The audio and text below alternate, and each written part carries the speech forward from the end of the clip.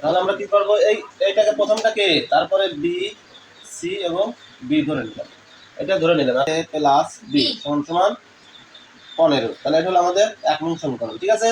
আবার a plus C সমান সমান 12, তাহলে এটা আমাদের 2 নং সমীকরণ, ঠিক আছে। তাহলে b মাইনাস d সমান সমান 2, এটা হলো 3 নং সমীকরণ। তাহলে বির কাজ শেষ, এরপরে সি তে এসো, সি প্লাস ডি সমান সমান 15, তাহলে এটা হলো 4 নং সমীকরণ। 1 যোগ 2 যোগ 3 যোগ 4 করে পাই, যোগ দিছাও তাহলে কি হবে? তাহলে আমরা কি বাম সাইডের গুলি আগে যোগ করব এবং সমান সমানের ওই পাশের গুলিও যোগ করে দেব। যেমন প্রথম বাম পাশে কি আছে a প্লাস b, তারপরে কি আছে plus a plus c, b minus d, আবার যোগ দিবে c প্লাস d সমান সমান। এখন এই দিক দেখো কি কি আছে, 15 যোগ 12 যোগ 2 যোগ মাইনাস d, তাই না? তাহলে মাইনাস d আর প্লাস d কাটা যায় না, আর কি আছে প্লাস মাইনাস সব প্লাস আছে, এখন সব যোগ করে দাও। তাহলে দুটোই আছে 2a plus 2b plus 2c সমান সমান, এখানে যোগ করে দাও 30 42 44 আছে, বা 2 কমন নিবে, নিলে দেখো থাকে a plus b plus c সমান সমান 44, ঠিক আছে। এরপরে দেখো a plus b plus c সমান সমান, এখন কে 2 ওই পাশে যা কি আকারে হবে বা, কারণ এই পাশে কি আকারে ছিল এই পাশে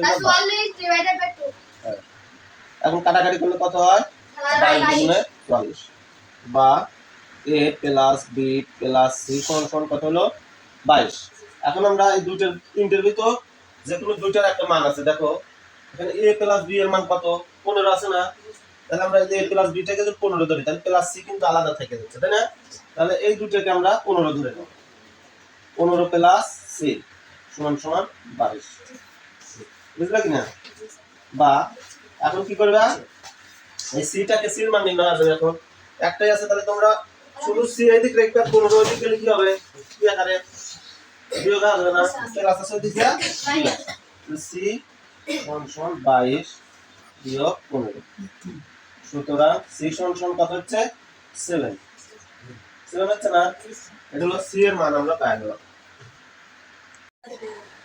দেখো তাহলে সি সমান সমান 7 পাইছি, আমরা রাশিটা মুছলাম না কিন্তু এভাবে থাকলে। এখন দেখো সি এর মান যদি এটাতে বসাই তাহলে এর মান পাওয়া যাবে, তাহলে সি এর মান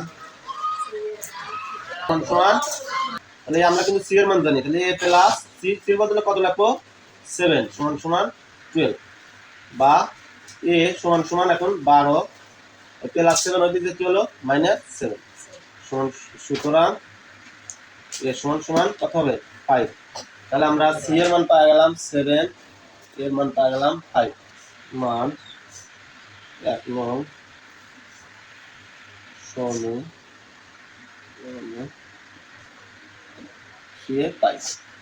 সমান সমান 15, বা এখন এর মান বসাও, এর বদলে 5 প্লাস বি কিন্তু বি থেকে সমান সমান 15, বা এখন বি থাকবে এই দিক প্লাস 5 ওই দিক যায় -5 হবে, সুতরাং বি সমান সমান 10। তাহলে বি এর মানও আমরা পেয়ে গেছি যে বি সমান সমান 10। এখন আমরা আর একটা কোন সাইডে করছি, এই সাইডে কষে দেই। যেমন এখানে এইটাতে যদি তোমরা বি এর মান বসাও তাহলে বি এর মান পাওয়া যাচ্ছে, কিংবা যদি এইটাতে সি এর মান বসাও, দেখো সি প্লাস ডি সমান সমান 15 আছে না, যদি তোমরা এইটাতে সি এর মান বসাও তাও তোমরা বি এর মান কিন্তু মান সি এর মান 4 নং সমীকরণে বসিয়ে পাই। 4 নং সমীকরণটা আগে লিখে নিবে, ঠিক আছে।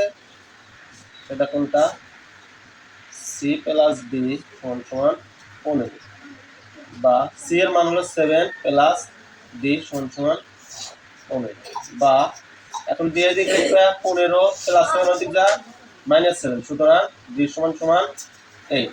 এটি আমাদের কিন্তু ডি সমান সমান 8, ঠিক আছে, ঠিক আছে। তাহলে এর মান পেলাম 5 এখানে লিখে দিতে পারো। সুতরাং a is equal to 5, b is equal to 10, c is equal to 7 এবং d is equal to 8। এখন তোমরা দেখো, অনেক ক্যালকুলেশন করে দেখো, তাই না? বোতলের ওজন, একটি বোতলের ওজন সমান এই গুণ হবে না 400 x গ্রাম। তাহলে এই গেল আমাদের বোতলের ওজন, ঠিক আছে। এরপর আছে কিসের ওজন? ব্যাগের ওজন। তাহলে ব্যাগের ওজন কত দেওয়া আছে?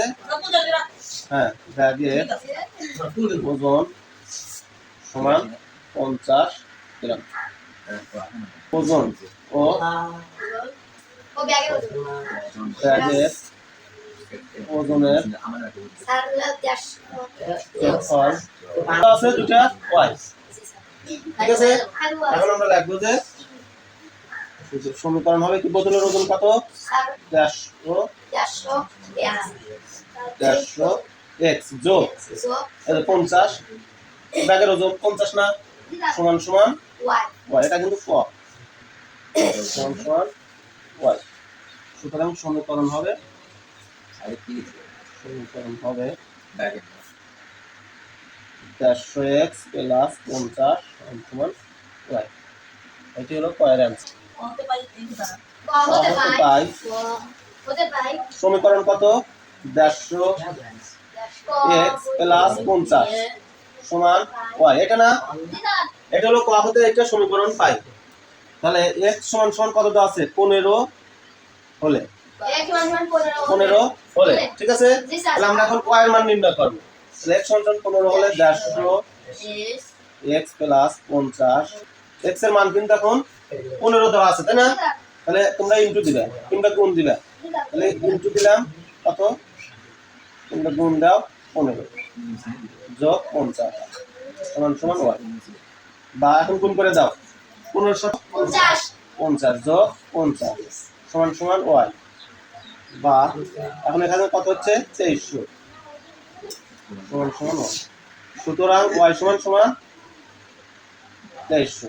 তাহলে ইজ ইকুয়াল টু 1100 দেওয়া আছে না? 1100 হলে তাহলে আমরা সমীকরণটা লিখব 400 x প্লাস 50 সমান, এখন 400 x প্লাস 50 সমান, এখন y এর মান দেওয়া আছে না কত? 1100, y এখানে 1100 কিলোগ্রাম। বা এখন আমাদের এদিক আছে কি 50 প্লাস 50, আমরা ওই দিক নিয়ে যাব। 400 x এদিকে রাখবে সমান সমান 1100 বিয়োগ 50, ঠিক আছে। কত হবে? 1050। বা এখন এই দিক দেখো, x এর সাথে 150 কি আকার আছে? গুণ আকারে না? তাহলে x রাখো আর 150 দিক যা ভাগ হবে কিন্তু। তাহলে 1050 ডিভাইডেড 150। তাহলে 150 যদি তোমরা কেটে দাও, সুতরাং x ইকুয়াল টু কত?